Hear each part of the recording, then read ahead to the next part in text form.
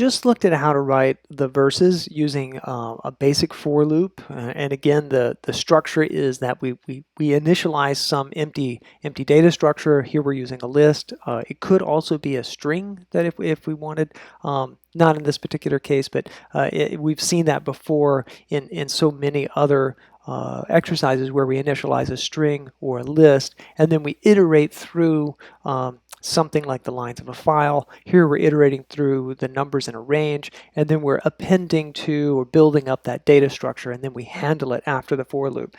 Let's look at how we could write this same idea using a list comprehension, and we can get rid of several lines of code. So it's still going to have this same for loop. That's going to be a part of it. And instead of saying versus append, we just say for each one of n,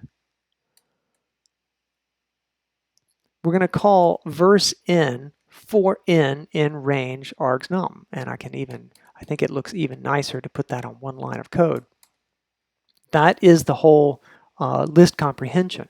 It's the same for n in this range, this decreasing range.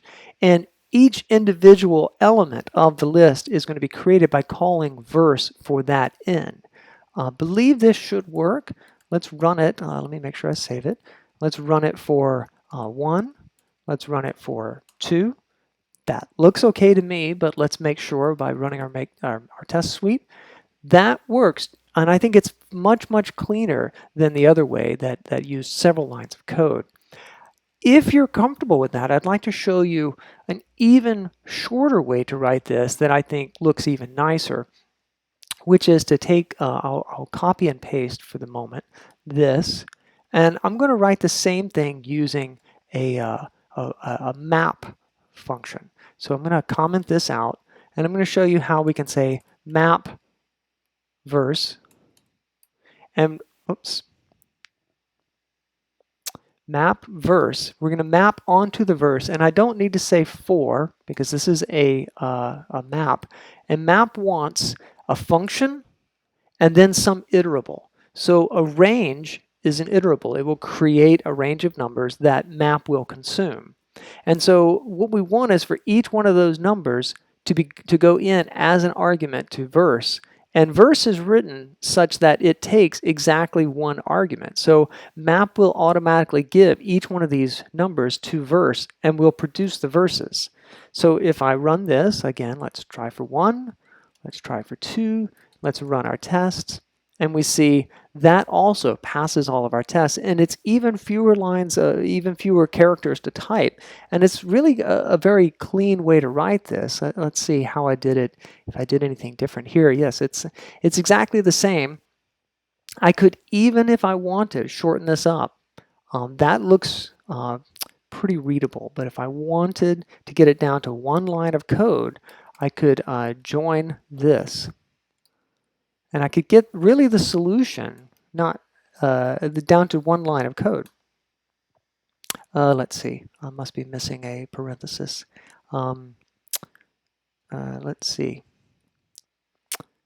That. Let's run it. There we go. I was missing a parenthesis. I make test.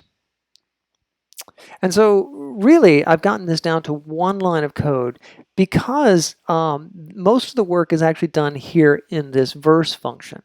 And that I rigorously tested with a function here called test verse.